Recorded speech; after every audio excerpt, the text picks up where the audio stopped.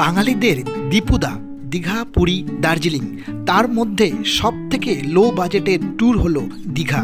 আর এই দীঘাতে গেলে দুদিনের একদিনের ছুটি নিয়ে খুব কম খরচায় ট্যুরটা করা যায়। আজকে আমাদের ভিডিও সেরকমই 2 দিন 1 রাতের ট্যুর। তাই হাতে 1 কিংবা 2 দিনের ছুটি পেলেই চলো বেরিয়ে আসি দীঘা। এইরকম আরও নতুন নতুন ভিডিও পেতে মলয় পূজা অফিসিয়ালকে সাবস্ক্রাইব করতে ভুলো না। একটা নতুন ভিডিওতে সকলকে জানাই সুস্বাগতম। আজকে আমাদের গন্তব্য হলো দীঘা। মাত্র 35 টাকার বিনিময়ে আমরা যাব দীঘা, আর তাও ভালোভাবে বসে রিল্যাক্সিং ভাবে। আমরা অনেকেই রিজার্ভেশন করে থাকি দীঘায় যাওয়ার জন্য, কিন্তু আমাদের এই ভিডিওটা হতে চলেছে ইন্টারেস্টিং এবং রিল্যাক্সিং। আমরা যাচ্ছি কিন্তু লোকাল ট্রেনে। একদম আমরা যাচ্ছি কিন্তু লোকাল ট্রেনে দীঘা, মাত্র 35 টাকায়। কোন ট্রেনে গেলে তোমরা এত ভালোভাবে রিল্যাক্সিং ভাবে যেতে পারবে, সব কিছুর সন্ধান তোমাদের এই ভিডিওতে বলবো, তাই স্কিপ না করে ভিডিওটি দেখতে হবে। কত ভিড় আজকে এই দীঘা ট্রেনে, লোকাল ট্রেনে যে অনেকে যাবে সেটা বুঝতেই পারছি। সাঁতরাগাছি থেকে 6:45-এ যেই লোকালটি ছাড়ে সেটা কিন্তু অ্যাকচুয়ালি দীঘা লোকাল। সেটি মেচেদায় গিয়ে নাম চেঞ্জ হয়ে, মানে নাম্বার চেঞ্জ হয়ে দীঘা লোকাল হয়ে যায়। এটা অনেকেই ট্র্যাক করতে পারে না। এটা কিন্তু অনলাইনে সার্চ করলেও দেখাবে না। তাই অনেকেই 8টার সময় মেচেদায় আসে দীঘা লোকাল ধরবে বলে। কিন্তু আমি এটাই বলতে চাইছি, আপনাদের কষ্ট করে হাওড়া থেকে মেচেদায় আসার প্রয়োজন নেই। আপনারা চাইলে 6:45-এ সাঁতরাগাছি আসতে পারেন।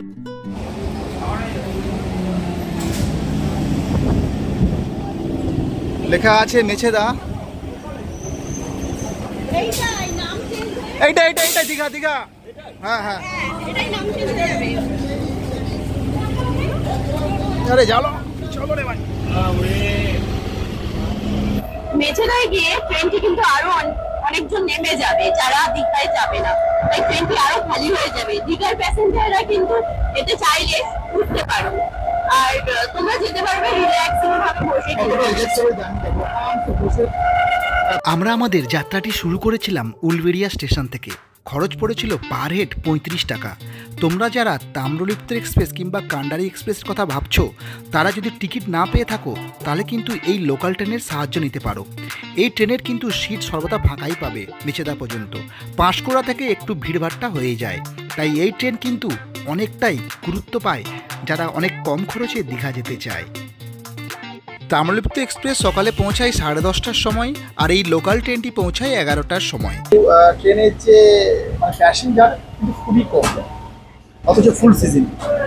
তাই আমি রিকমেন্ড করব, যারা তাম্রলিপ্ত এক্সপ্রেসে যাওয়ার চেষ্টা করছো, টিকিট পাচ্ছ না, তারা কিন্তু এই লোকাল ট্রেনটি যেটা সাঁতরাগাছি থেকে ছাড়ে তোমরা কিন্তু নিতেই পারো। আধ ঘন্টা পরে কিন্তু দীঘা পৌঁছে যাবে। কলকাতার দিক থেকে যারা এই ট্রেনটি ধরবে বলে ভাবছো, তারা কিন্তু টিকিট কাটতে পারো হাওড়া থেকে দীঘা মাত্র 45 টাকা। তারপরে তারা যে কোনো লোকাল ট্রেনে করে আসতে হবে সাঁতরাগাছি।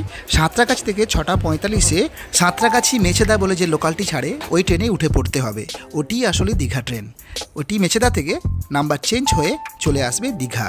তাই মাত্র 45 টাকায় তোমরা খুব সহজেই হাওড়াবাসী বা কলকাতাবাসীরা দীঘা পৌঁছে যাবে।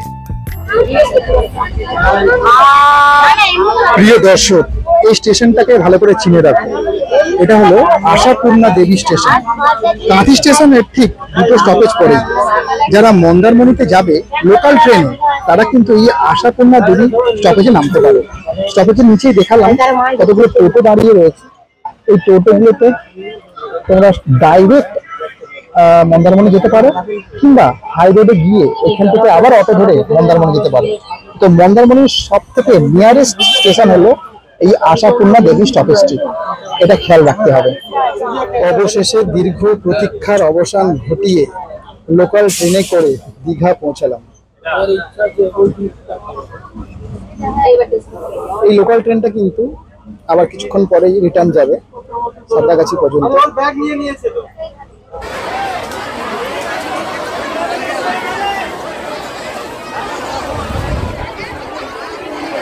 দীর্ঘ প্রতীক্ষার অবসান ঘটিয়ে অবশেষে পৌঁছে গেলাম দীঘা ফ্ল্যাগ স্টেশন। এতগুলো মানুষকে সমুদ্র ডাকছে, সিরিয়াসলি ভিড় তো প্রচুর আছে। এই ট্রেনে করে যেমন আসা যায়, এই ট্রেনটি ফেরার জন্য বেছে নেওয়া যেতে পারে।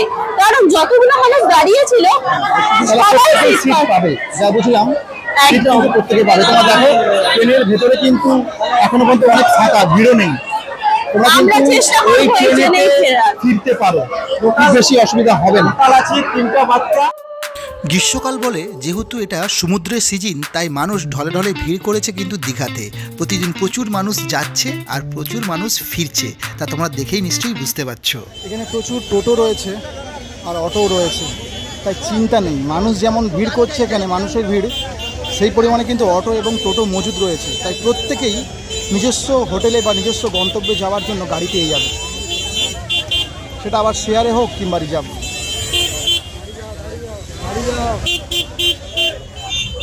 দীঘা স্টেশন থেকে বেরিয়ে আমরা এই টোটোতে নিয়ে নিয়েছি। দীঘা স্টেশনের কাছেই তোমরা যে টোটোগুলো পাবে, সেই টোটোগুলো কিন্তু রিজার্ভ করে নিতে হবে, কারণ তারা কিন্তু শেয়ারে যাবে না।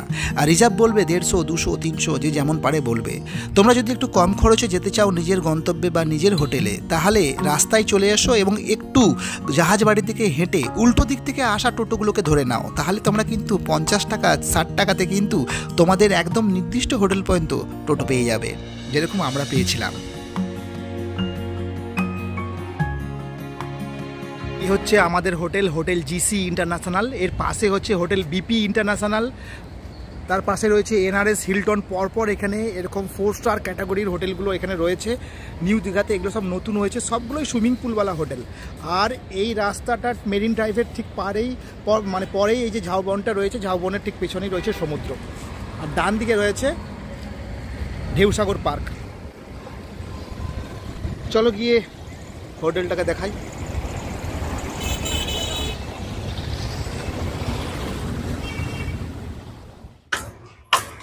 এখন হোটেলে ঢুকতে চলেছি। তোমাদের দাদা ঢুকেই গেছে, রিসেপশন এরিয়া। মলয় মণ্ডল আমাদের আসার সাথে সাথে দুজনকে দুটো জলের বোতল দিয়ে দিয়েছে। আপাতত এত পর্যন্ত রুমের সার্ভিস খুব ভালো লেগেছে। এরিয়াটি দেখো, ভীষণ সুন্দর, সবাই খুব এনজয় করছে। জাস্ট ওয়াও সুইমিং পুল এরিয়াটি। আমরাও কিছুক্ষণের মধ্যে আসবো। এখানে একটা ঝর্ণা সিস্টেম করা আছে, প্লাস মানে গানের ব্যবস্থা আছে।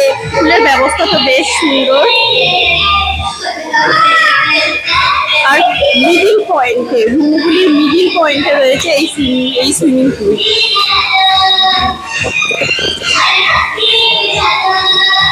ড্রিঙ্কও নিতে পারো, সফট ড্রিঙ্ক, হার্ড ড্রিঙ্ক সমস্ত কিছু অ্যাভেলেবেল আছে, তোমরা চাইলে এনজয় করতে পারো। লিফট থেকে বেরিয়েই আমরা 4th ফ্লোরে এসে গেছি আর 413 নাম্বার রুমে যাব। চলে এসো।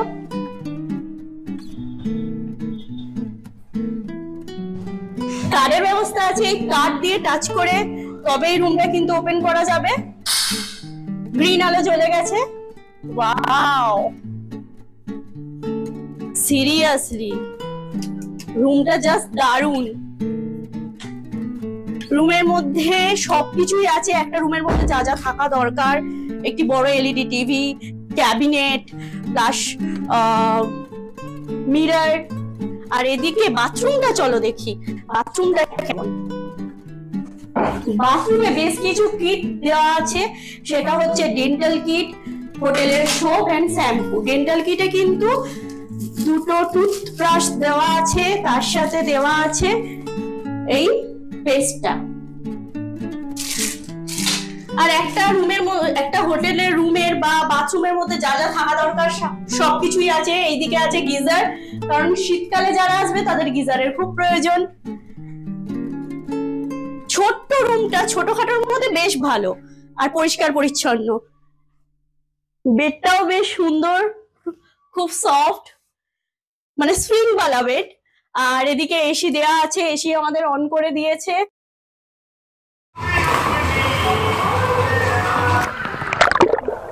প্রথম দিন গিয়েই সুইমিং পুলে প্রচুর মজা করলাম। সুইমিং পুলে কিন্তু হার্ড ড্রিঙ্কস এবং সফট ড্রিঙ্কস দুটোই অ্যাভেলেবেল আছে। তোমরা চাইলে স্ন্যাক্সের সঙ্গে চিকেনের যে কোনো আইটেমের সঙ্গে সফট এবং হার্ড ড্রিঙ্কস খেতে পারো পুল সাইড এরিয়াতে। এটা কিন্তু বিশেষ বড় বেনিফিট।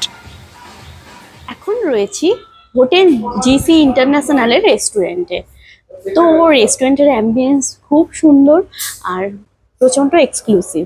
তো আমাদের খাবার অর্ডার দেওয়াই আছে, তো সার্ভ করা হবে, ওয়েট করছি।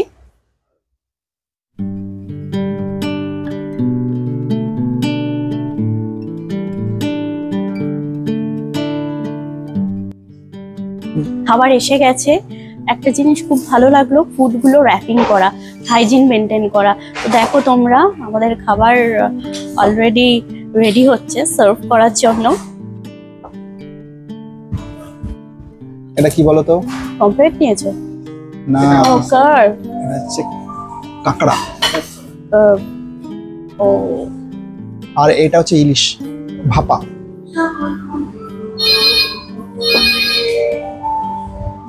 এটা হচ্ছে ডাল, আর ওটা হোয়াইট রাইস। এই দেখো ভাপা ইলিশটা।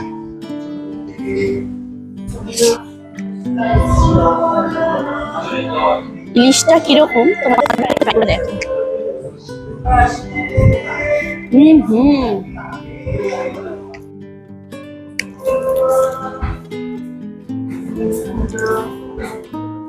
কেমন লাগছে খেতে?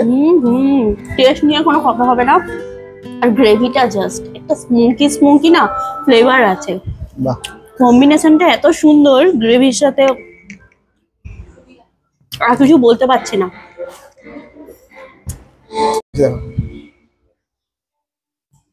জাস্ট অসাধারণ।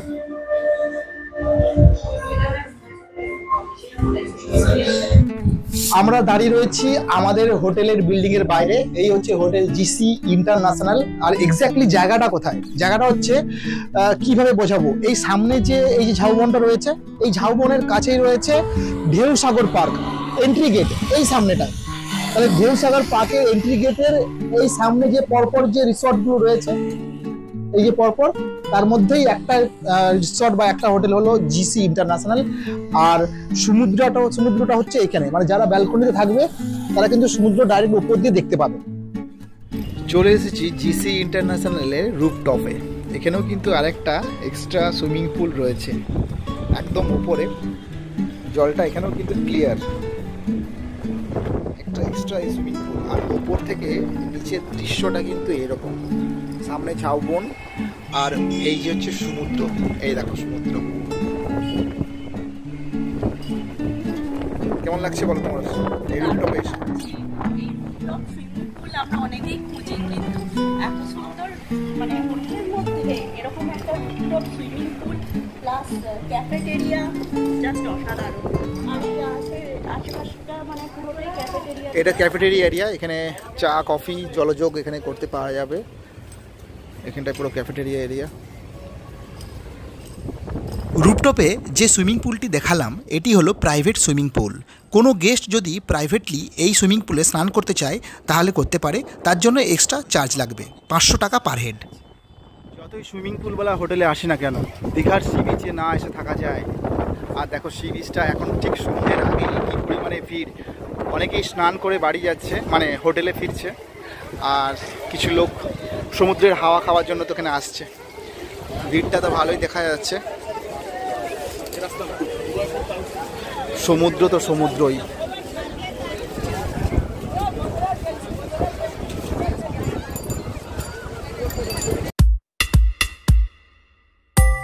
দীঘা আসার কোনো সিজন হয় না, শীত গ্রীষ্ম কিংবা বর্ষা, মানুষের ঢল কিন্তু সবসময় এই নিউ দীঘা সি বিচে দেখতে পাওয়া যায়।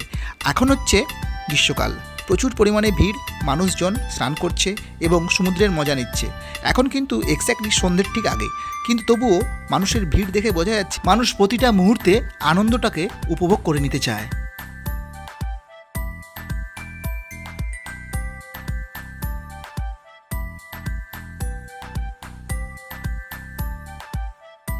সন্ধেবেলায় বিচ সাইড এরিয়া থেকে এরকম মাছের দোকানে মাছ ভাজা খেতে কিন্তু বেশ ভালো লাগবে।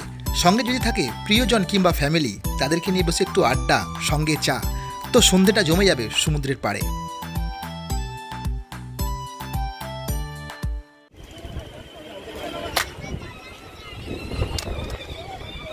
লাগছে না একটু?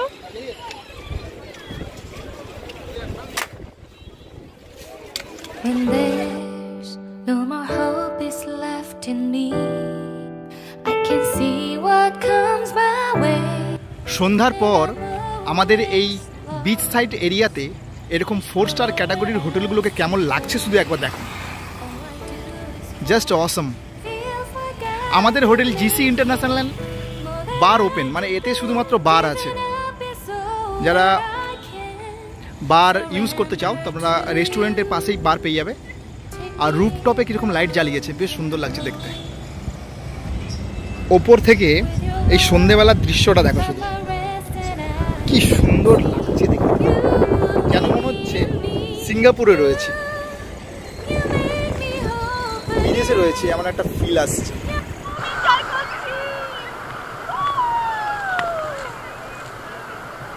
আজ হলো আমাদের ডে 2। আজকে আমরা চলে এসেছি সমুদ্রে স্নান করতে। দীঘায় আসবো কিন্তু সমুদ্রে স্নান করব না, এটা কি হয়? তাই আজকে আমরা বাড়ি যাওয়ার আগে এখানে সমুদ্রে স্নান করে মজা করে দুপুরে লাঞ্চ করে তারপরে বাসে করে আমরা কিন্তু বেরিয়ে যাব বাড়ির পথে।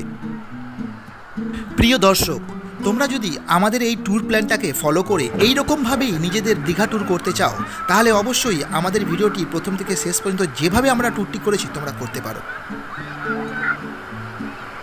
এবারে আসি খরচের কথায়। আমরা এসেছিলাম লোকাল ট্রেনে, 35 টাকা করে পড়েছিল দুজনের 70 টাকা।